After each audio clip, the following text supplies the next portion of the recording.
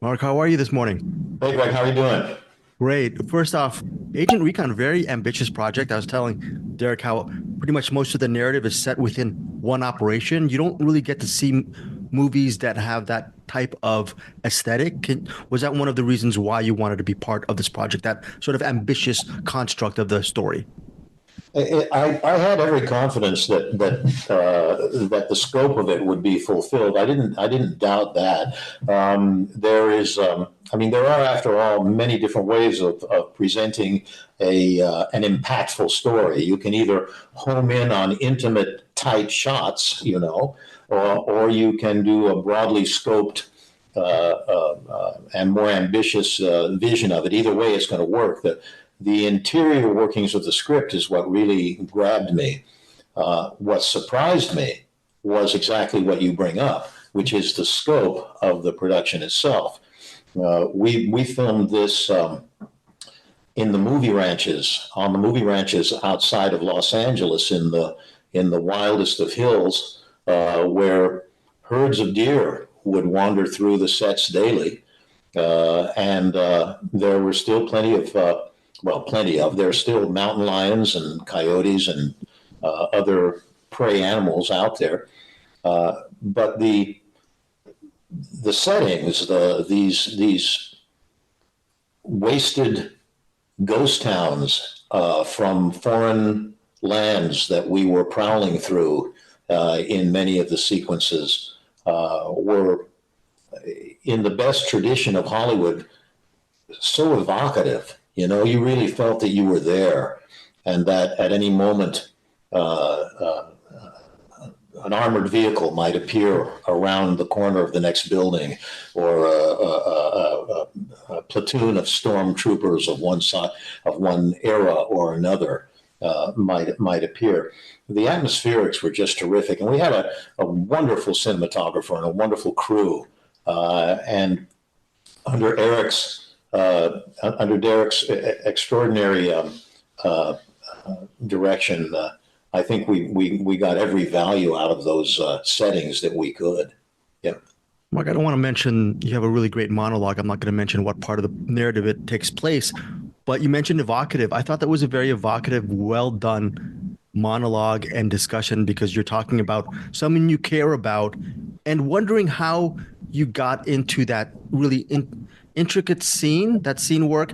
Is it just your own life's work as an actor which leads you to actually tap into these moments, or is it a combination of that and your lifelong passion for Shakespeare, which also combine makes these moments very real and human? What a great question. Uh, it strikes really at the heart of the matter from a lot of different angles. It strikes at what it's like to be an actor. It strikes at the fact that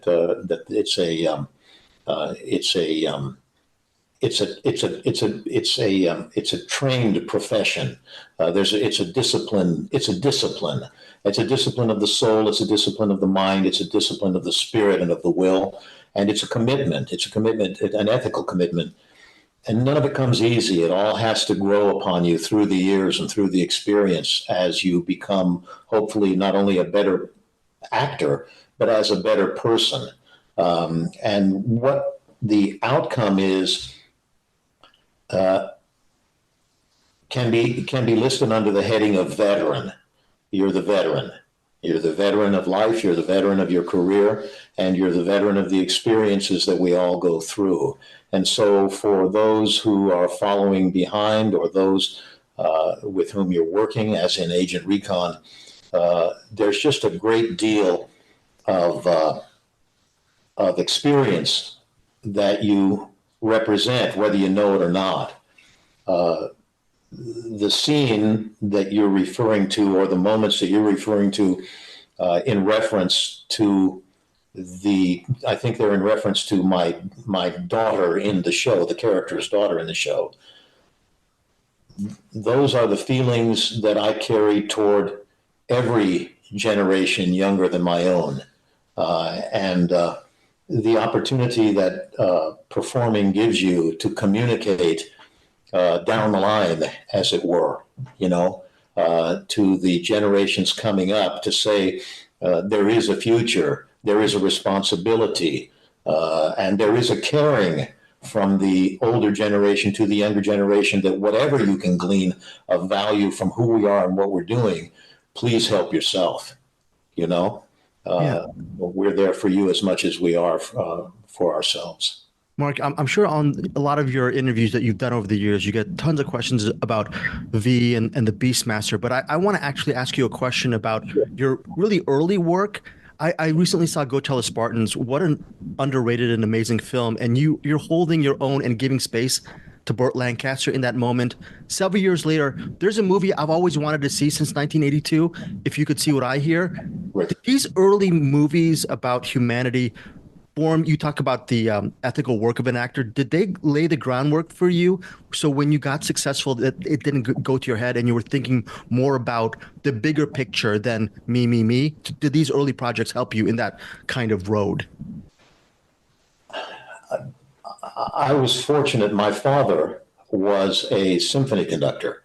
So the idea of somebody standing on a stage and carrying an audience intellectually and emotionally from one moment to another was not, I was no stranger to that idea.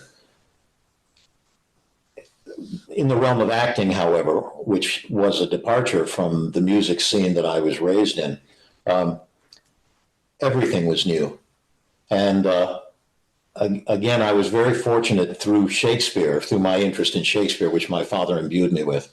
I was fortunate enough to be classically trained and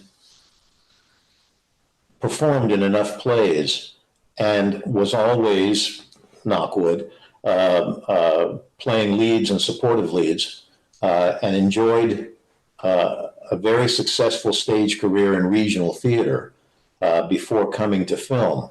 So by the time I was working with Burt Lancaster, I had had so much experience. I was always at work, so much experience in front of audiences and playing with different personalities of different statures that